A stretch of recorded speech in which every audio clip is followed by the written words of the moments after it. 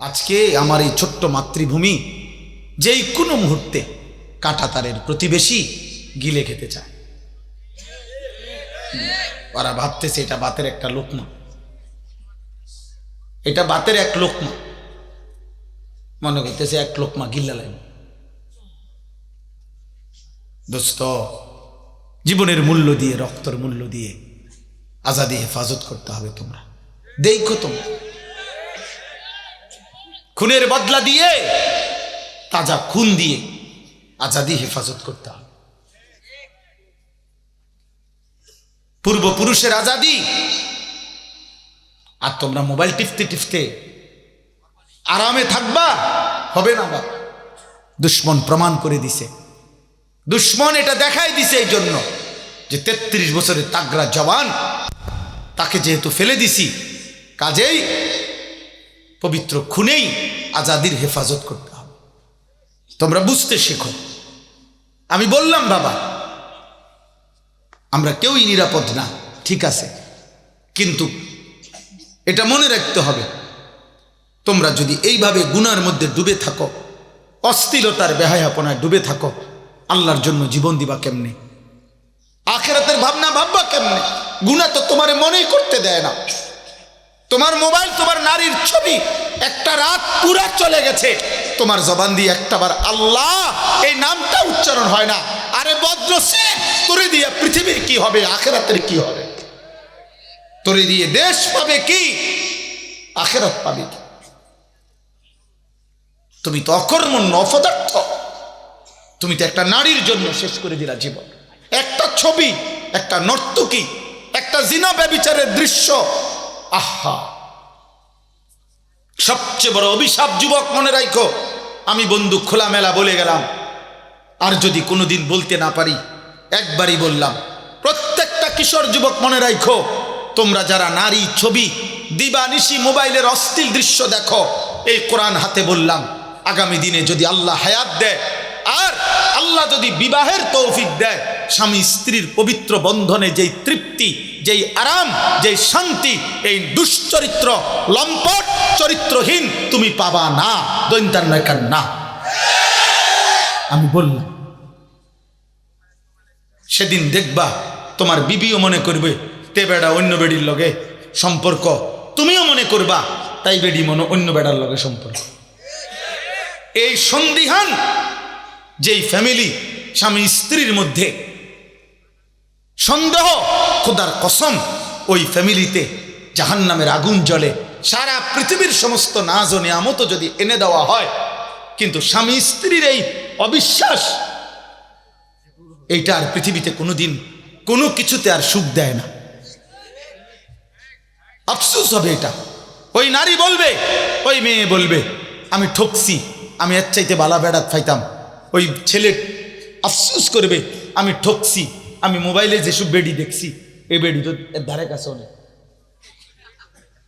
হ্যাঁ হ্যাঁ, আরে জানো, আর হাসো না। নারী আসক্ত যুবক, হ্যাঁ হাসে, এই জন্যই হাসে। অর্থাৎ ও বুঝে আমারে কইছে, ও বুঝে, অত বুঝে যে আমারে বলছে। আমি তো দুশ্চরিত্র, এই তো গুনার কথা বললে হাসি আইলো কেন? বলো বাবা, এ তো জানোয়ারে রাখলা, পশু রাখলা। হালাল হারাম যার কাছে নাই, তুমি বলো। আমার কথা রাগ হইলে প্রতিবাদ করো, নাই তো তুমি প্রমাণ করো। হালাল হারামের পার্থক্য যার মধ্যে নাই, এটা জানোয়ারের স্বভাব। তুমি দেখো, একটা কুকুরের স্বভাব দেখো, একটা শূকরের স্বভাব দেখো, যে পায়খানা তো মুখ দেয়, বিরানি তো মুখ দেয়, তো তার কাছে তো হালাল হারাম নাই। তো এইটা তো পশুর স্বভাব। মদও খায়, মধুও খায়, সালামও দেয়, গালিও দেয়, হালাল টাকাও নেয়, সুদের টাকাও নেয়, মাকেও দেখে, মোবাইলের নর্তকীও দেখে, আপন স্ত্রীকেও দেখে, আবার উলঙ্গ ছবিও দেখে। তো তার কাছে কোনো হালাল হারাম পার্থক্য আছে? এটা মানুষের স্বভাব, এটা জানোয়ারের স্বভাব, পশুর স্বভাব। এখানেই শেষ হবে না বাবা, তুমি তো মরে যাইবা, আখিরাতে ফিরতে হবে। এবং দুনিয়ার জীবনটাও কষ্টকর হবে। আমি এই জন্য হাত জোর করে বলি, আগামীর সময়টা তোমরা কষ্ট পাইবা। তোমাদের অধিকাংশ ছেলের চেহারা দেখে বোঝা যাচ্ছে বেনামাজি। এখানের অধিকাংশ ছেলে, এখানে যদি 1000 ছেলে হও তো 900 ছেলের চেহারা দেখে মনে হচ্ছে বেনামাজি। কষ্ট পাইবা। আমি বলে গেলাম, আমার নাম মনে রাখো, আমার নাম আনিসুর রহমান।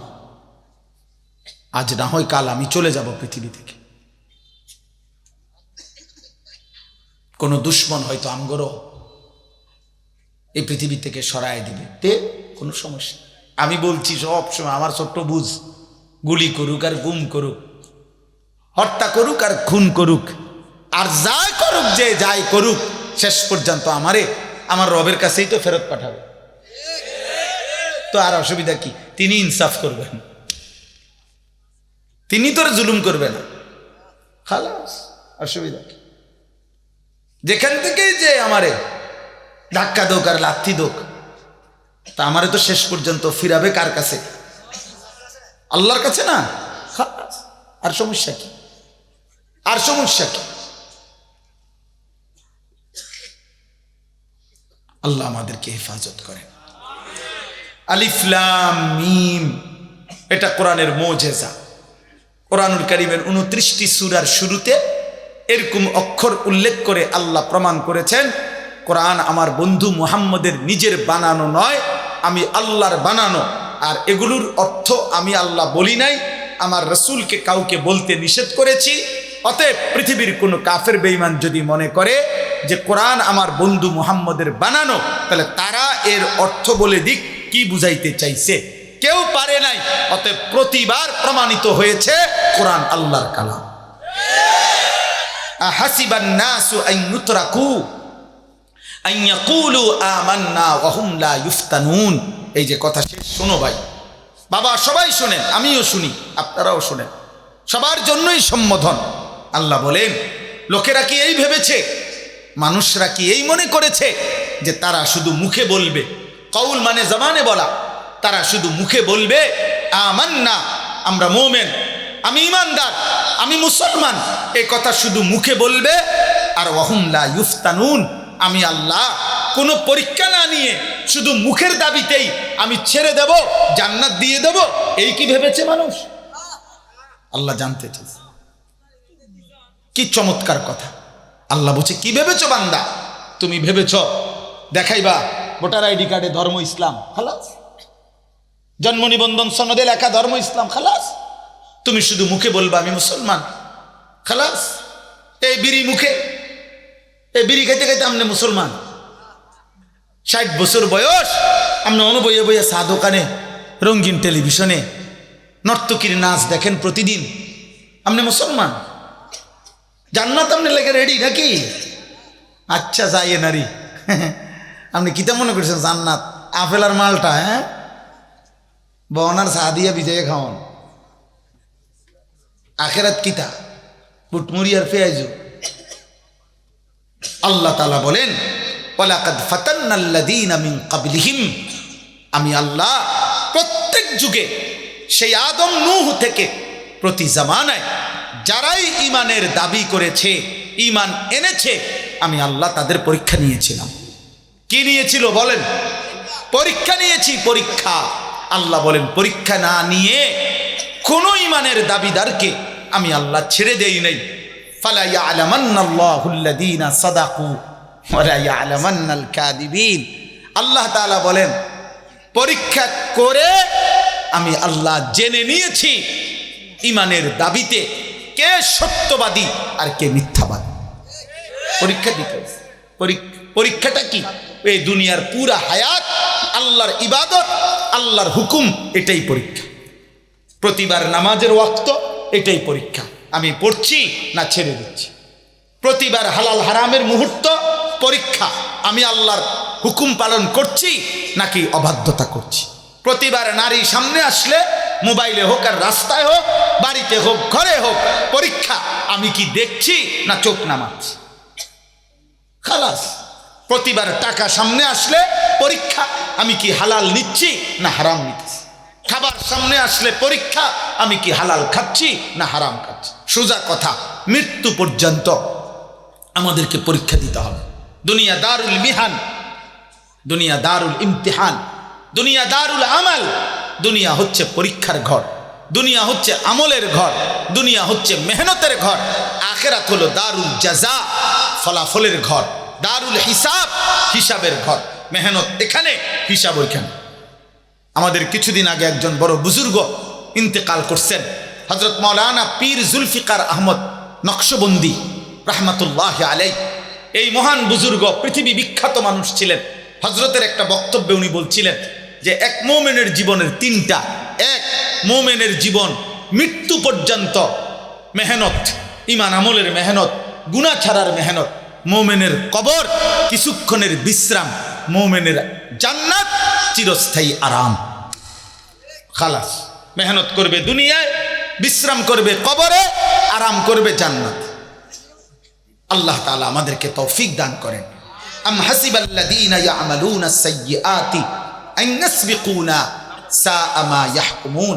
আল্লাহ তাআলা বলেন, তোমরা যারা যারা গুনাহ করছো, এই যে কথাটা আমি বলে ফেলছি, আল্লাহ বলেন যে তোমরা যারা যারা প্রতিনিয়ত গুনাহ করছো বান্দা, তোমরা কি ভেবেছো যে এই পৃথিবীর সবার থেকে ছুটে গেলা, আমি আল্লাহর থেকেও ছুটে যাবা?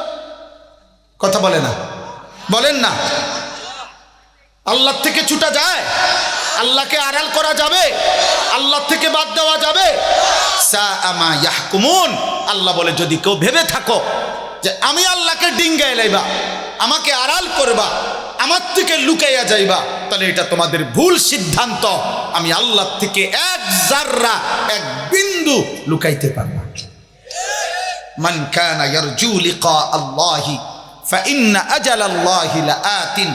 আল্লাহ তাআলা বলেন, তোমরা যারা যারা আমি আল্লাহর মুলাকাত, ঈমান আমল করে করে, সেজদা গোলামি বন্দেগি করে করে, গুনাহ ছেড়ে আমি আল্লাহর সাক্ষাৎ চাচ্ছ, জান্নাত চাইতেছ, আল্লাহ বলে ফাইন্না আজালাল্লাহি লাআতিন। মুমিন বান্দা, একটু সবর করো, আমি মৃত্যু পাঠাবো, মানে আজরাইল পাঠাবো, সে তোমাকে মৃত্যুর মাধ্যমে নিয়ে আসবে, আর আমি আল্লাহ জান্নাত তোমার জন্য খুলে দেব। ওয়াহুয়াস সামিউল আলিম। যে যাই করছো আমি শুনি, যে যাই করছো আমি জানি, ভালোটাও জানি, মন্দটাও জানি, গুনাহটাও জানি, নেকিটাও জানি। অতএব এই রাতে মোহতারাম হযরত, প্রিয় নওজোয়ান, তোমরা আমার অনুরোধ, আমি হাত জোড় করে বলি, আমাকে আরো দূরে যাইতে হবে।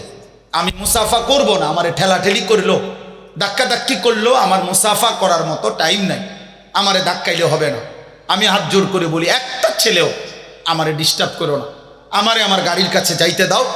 আর তোমরা প্রত্যেকে ছেলেরা নওজোয়ান, আর অল্প সময়, একটু সময় অপেক্ষা করে, কিশোর যুবক তোমরা বদলাও। আব্বা মাত্র 33 বছরের এক যুবক, সে পাক্কা ইমানদার ছিল। আমার প্রিয় ভাই শহীদ শরীফ উসমান হাদি রাহমাতুল্লাহি আলাইহি, এই প্রিয় ভাই, সে 5 ওয়াক্ত নামাজ পড়ত। খোদার কসম, তুমি জিজ্ঞেস করো, ও তো আর আমার বাড়ির না, ওর দেশবাসী, ওর জনগণ, ওর আশপাশের মানুষরা শত শতবার সাক্ষ্য দিছে, ও প্রতিদিন ফজরের নামাজ পড়ত, 5 ওয়াক্ত নামাজ পড়ত। যেদিন রবের কাছে চলে গেছে, গুলিবিদ্ধ হয়েছে, সেই দিন সে শুক্রবার জুমার নামাজ পড়ে এরপরে বের হয়েছে, তারপরে সে গুলিবিদ্ধ হয়েছে। সে আল্লাহকে বলবে নিশ্চয় যে মালিক, আমি শেষবারও, শেষ বেলা আপনাকে সেজদা করে আসছি। কত লক্ষ কোটি হাফেজ, আলেম, মুফতি, মুহাদ্দিস, তালেব ইলম, পীর, বুজুর্গ, আউলিয়া, হাফেজে কোরআন, সাধারণ মানুষ, ঠেলাওয়ালা, রিক্সা, দিন মজুর, কুলিওয়ালা, ট্রাকওয়ালা, বুড়া মানুষ, জওয়ান মানুষ, বাচ্চা মানুষ, সব তার জন্য কাঁদছে। আব্বা বাংলাদেশের ইতিহাসের মানুষ আরেকবার মনে করতে পারছে না যে এত বড় জানাজা, এত মানুষের চোখের পানি এক যুবক, আর কোন যুবক বাংলার ইতিহাসে মানুষের চোখ থেকে পানি ঝরাইছে কিনা, এমন ইতিহাস আর নতুন করে কেউ বলতে পারছে না। এজন্য প্রিয় যুবক, মরলে এমন মরাই মইর, বাঁচলে এমন বাঁচাই বাইছ। এই নারী ছবি, এই অস্থির দৃশ্য, উলঙ্গ নাচ গান, আর এক ওয়াক্ত নামাজের সেজদা দাও না। মনে রাখো আব্বা, পাপী আর নাফরমান মৃত্যু হলে এই পৃথিবীর মানুষ তো দূরে থাক, কোনো জানোয়ারও স্মরণ করবে না। মনে রাখ, এ মরিয়ে যাইবা শুধু বেডি চাইতে চাইতে, নর্তকী দেখতে দেখতে, উলঙ্গ নাচ গান দেখতে দেখতে, আল্লাহর সেজদা না করে কবরে চলে যাইবা আর কি। আর হাসরের ময়দানে তোমার দুনিয়ার তওবা যদি না থাকে, আর আল্লাহ যদি মাফ না করে, জাহান্নামের ফয়সালা যদি হয়, তো ফেরেশতা লাথি দিতে দিতে জাহান্নামে ফেলবে। লাথি দিতে দিতে, লাথি দিতে দিতে। মনে রেখো, ইয়াসলাহা মাজমুমান মাদহুরা। কোরআনে আল্লাহ বলছে জাহান্নামীকে জাহান্নামে নেওয়া হবে ধাক্কাইতে ধাক্কাইতে, অপমান করতে করতে, স্বাভাবিক হেঁটে জাহান্নামী জাহান্নামে যেতে পারবে না। হ্যাঁ, ফায়ুখাযু বিন নাওয়াসি ওয়াল আকদাম, আল্লাহ বলবেন, আর ফেরেশতারা জাহান্নামীর কপালের সামনের চুল ধরে আর দুই পাও ধরে, আল্লাহ কোরআনে বলছেন ছাগলের বাচ্চা যেভাবে আলগি দেয়, এইভাবে আলগি দিয়ে আসার মানে। কোরআনে আল্লাহ বলছেন সুম্মাল জাহিমা সাল্লু, জাহান্নামীকে বান দাও, অতঃপর জাহান্নামে ছুঁড়ে মারো। দেখো, তুমি জিজ্ঞেস করো। এজন্য দয়া করে নষ্ট হইও না। চরিত্রহীনকে পৃথিবী মনে রাখে না, নাফরমানকে পৃথিবী স্মরণ করে না, পাপীকে মানুষ স্মরণ করে না। ফেরাউন দুনিয়া ভোগ করছে, দুনিয়া কোনো কম ভোগ করে নাই। ফেরাউন বাদশা ছিল, খোদা দাবিদার ছিল, ফেরাউন বাদশা ছিল, দুনিয়া শতভাগ ভোগ করছে। আজ পৃথিবীতে এই নাফরমান পৃথিবীর মানুষ কোনো কুত্তার নামও ফেরাউন রাখে না। নমরুদ, পৃথিবীর মানুষ কোনো কুত্তার নামও নমরুদ রাখে না। অথচ পৃথিবীতে সবচেয়ে বেশি অঞ্চলের সবচেয়ে বড় এরিয়া যারা শাসন করছে, তাদের মধ্যে অন্যতম একজন হলো নমরুদ। বলা হয় যার ব্যাপারে যে বিশ্ব শাসন করছে, যে পৃথিবীর সবচেয়ে বেশি এরিয়া যারা শাসন করেছে, তার মধ্যে সে একজন, নমরুদ একজন। কিন্তু আজ পৃথিবী কোনো জানোয়ারের নামও রাখে না। আবু জাহেল এটা কোনো জানোয়ারের নামও কেউ রাখে না। আবু লাহাব এটা কোনো জানোয়ারের নামও কেউ রাখে না। কিন্তু 1450 বছর পরেও আজকে লক্ষ কোটি কোটি ইমানদার, তাদের সন্তানের নাম এক হাবশি কালো গোলাম, যে আল্লাহকে রাজি করেছে, মদিনার বন্ধু রসুল সাল্লাল্লাহু আলাইহি সাল্লামকে খুশি করেছে, সেই বেলালের নাম কোটি কোটি ইমানদারের নাম।